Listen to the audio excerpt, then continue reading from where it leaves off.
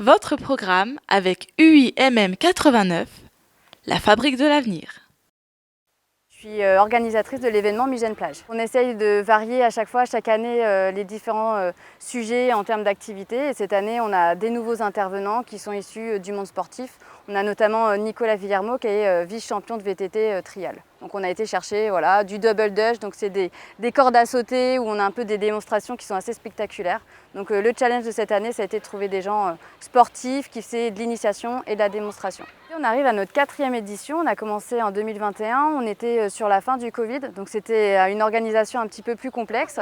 Et là, ça y est, on est un petit peu rodé, on arrive à faire un événement pour la 4e année avec de nombreux visiteurs. Cette année, on est plutôt sur 3 mois d'organisation. Je suis aidée pas mal par mon équipe et en fait, on se répartit les tâches pour contacter les différentes personnes et on se répartit bien le travail. Migène Plage, c'est un événement qui repose effectivement sur la mairie de Migène, mais aussi sur une équipe des moyens humains très importants, puisqu'on a 7 personnes qui sont recrutées, 2 maîtres nageurs, 5 animateurs, dont une coordinatrice qui est là pour assurer la relation avec la mairie et avec les partenaires, un médiateur social et on a à peu près une petite quinzaine de bénévoles qui est là à tenir les activités nautiques, les entrées pour compter les personnes qui rentrent et qui sortent, mais aussi pour indiquer les parkings puisqu'on a des parkings dédiés à 10 minutes à pied d'ici. Oui, alors on a l'UFOLEP qui est présent assez régulièrement, qui nous accompagne assez régulièrement sur les événements qu'on peut mettre en place en ville. On a une association qui n'est pas là, qui est la Maison de la Nature aussi, qui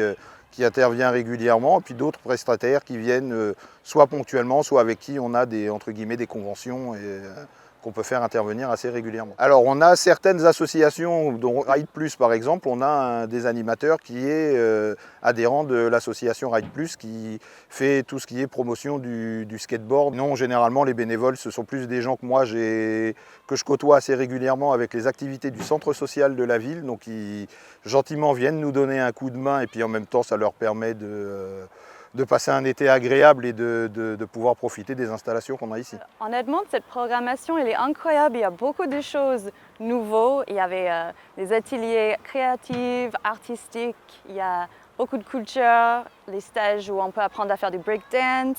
Il y a une danse country que je trouvais absolument incroyable parce que je suis américaine et donc quand j'ai vu les gens qui dansent country à l'américaine sur le scène, c'était trop bien. Ça c'était à Migène.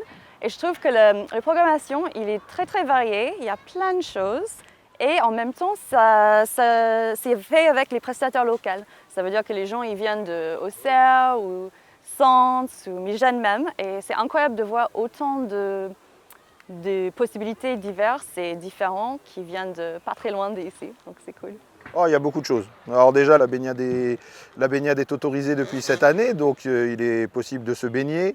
Nous proposons des prêts de canoë, paddle et pédalo, tout ça c'est gratuit. On a des food trucks qui viennent entre le jeudi et le samedi. On a la famille Strack qui vient pour des glaces, barbe à papa, churros et autres petites douceurs qui peuvent égayer la journée des gens qui sont sur le site. Et aussi le skatepark qui lui est ouvert et donc l'UFOLEP est dessus par exemple. Soit l'UFOLEP, soit l'association Ride Plus prennent possession du skatepark pour pouvoir dispenser des initiations au sport de glisse. Venez nous rendre visite, ça nous fera toujours plaisir.